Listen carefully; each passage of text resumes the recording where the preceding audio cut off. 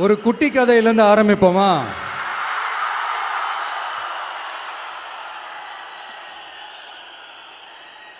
ஒரு பெரிய ஊர், ஒரு 4 ரோடு ஜாயிண்ட் ஆகிற மாதிரி ஒரு ஜங்ஷன், ஒரு பிஸியான ஏரியா, ஆள் நடமாட்டம் அதிகமாக இருக்கக்கூடிய ஒரு ஏரியா.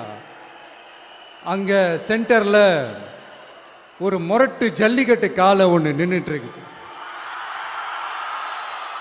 காலில் மண்ணை வீசிக்கிட்டு சீறிக்கிட்டு அப்படியே நின்றுட்டு இருக்குது. யாருமே பக்கத்தில் போக முடியல. அந்த இடம் ஒரு கேஷுவலாக மாறணும் அப்படின்னா அந்த காளையை அடக்கி அமைதி ஆக்கினா தான் மறுபடியும் ஒரு பேக் டு நார்மல் சுச்சுவேஷனுக்கு அந்த இடம் மாறும். அந்த ஊரில் இருக்கிற ஒரு சில பேருக்கு மட்டும்தான் அந்த காளை அடங்கும். அவங்க யாருமே அங்கே இல்லை. ஆனால் அந்த க்ரௌடில் இருந்த ஒரு சில பேர், ஆல்ரெடி அந்த காளையை அடக்கணங்களோட இருந்த ஒரு சில பேர், எங்களுக்கு இல்லாத அனுபவமா? நாங்க பார்க்காத காளையா? நாங்க பார்க்காத மாடா? நாங்க போய் அடக்குறோம்னு சொல்லிட்டு உள்ள போறாங்க. ஒருத்தராலையும் அந்த காளையை தொடக்கூட முடியல. எல்லாரையும் அடிச்சு வீசி தூக்கி போட்டுருச்சு. இப்ப என்னடா பண்றது அப்படின்னு பார்க்கும்போது அந்த கூட்டத்தை விலக்கிட்டு ஒரு சின்ன பையன் ஒரு என்ட்ரி ஒன்று கொடுக்குறான். உங்களுக்கு தான் தெரியும்ல, டேய் எங்களாலே முடியல, நீ எல்லாம் என்னத்தை போய் கிழிக்க போற? எங்களுக்கு அவ்வளோ அனுபவம் இருக்குது, நாங்களே அடிபட்டு ஓரமா படுத்து கிடக்கிறோம். இவன் விளையாட்டுத்தனமா ஏதோ பண்ணிட்டு கிடக்கிறான், பாவம் அந்த காலை கிட்ட போய் அடிபட்டு சாவ போறான். பச்சா பையன், அந்த பையன், இந்த பையன், அண்டர் எஸ்டிமேட் பண்றது, ஏளனமா பேசுறது, இப்படி ஒரு பக்கம். இன்னொரு பக்கம் பரிதாபப்பட்டு, ஐயோ பாவமே, இப்படி தனியா போய் மாட்டிக்கிட்டானே அந்த காலை கிட்ட, என்ன பண்ண போறானோ அப்படின்ட்டு ஒரு பக்கம் பரிதாபப்பட்டு பேசுறாங்க. அந்த சின்ன பையன் எதுவுமே காதலியே போட்டுக்காம 2 பாக்கெட்லையும் கையை விட்டுக்கிட்டு ஸ்டைலா கெத்தா தில்லா அப்படியே உள்ள போறான். ஒரு ஸ்டெப் எடுத்து வைக்கிறான், அந்த கால் அப்படியே சீறிக்கிட்டே நின்றுட்டு இருக்குது. இன்னொரு ஸ்டெப் எடுத்து வைக்கிறான், கால் அப்படியே சீறிக்கிட்டே முன்னாடி வருது. மக்கள் எல்லாரும் பதட்டத்தோட அப்படியே பார்த்துட்டு இருக்கிறாங்க. இன்னொரு ஸ்டெப் எடுத்து வைக்கிறான், கால் அப்படியே முட்டை வரும்போது பாக்கெட்டுக்குள்ள மறைச்சு வச்சிருந்த 2 புல்லுக்கட்டு அது அந்த காலை கிட்ட காட்டுறான்.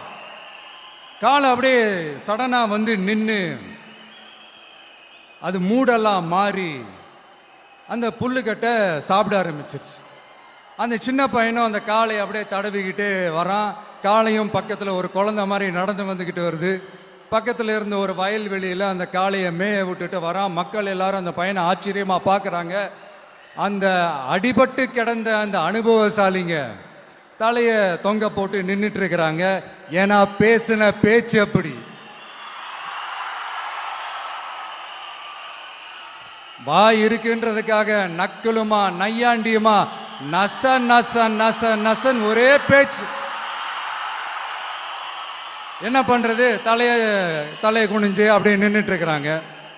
அங்க ஒரு பெரியவர் வர்றார். வந்து அந்த பையன்கிட்ட கேட்கிறாரு, எப்படிப்பா இப்படி ஒரு முரட்டு காலை சீறிட்டு நின்றுட்டு இருந்தது, எப்படி அந்த காளையை அடக்கின அப்படின்னு கேட்டதுக்கு அந்த பையன் சொல்றான், ஐயா எனக்கு அந்த காளையை பார்த்தா கோபமா இருந்த மாதிரிலாம் எனக்கு தெரியல, அந்த காலை பசியோடு இருந்த மாதிரி இருந்தது. அதனாலதான் அந்த புல்லுக்கட்டை காமிச்சவன ஓகே நமக்கு தேவையானது கிடைச்சிருச்சு அப்படின்னோடனே அந்த புல்லுக்கட்டை சாப்பிட்டுட்டு நம்மளோட அப்படியே ஜாலியா வாக்கிங் வந்துருச்சு அப்படின்னு சொன்னான். இதை கேட்ட அந்த பெரியவர் சொன்னாரா, இந்த சின்னவங்க பெரியவங்க, அனுபவம் இருக்கிறவங்க அனுபவம் இல்லாதவங்க இதெல்லாம் விஷயமே கிடையாது.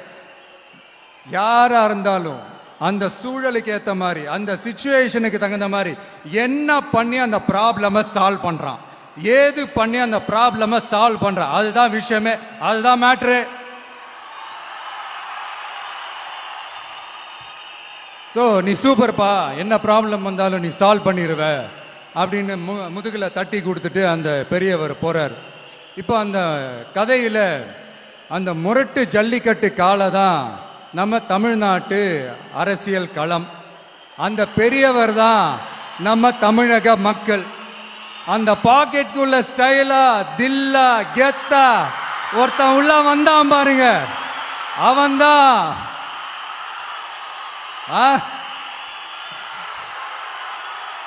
நான் இல்லைங்க, நான் இல்லை, நானு நீங்க நாம எல்லாருமா சேர்ந்து மாபெரும் மக்கள் சக்தியா இருக்கக்கூடிய நம்ம டிவிக்கு, அதுதான் அந்த சின்ன பையன்.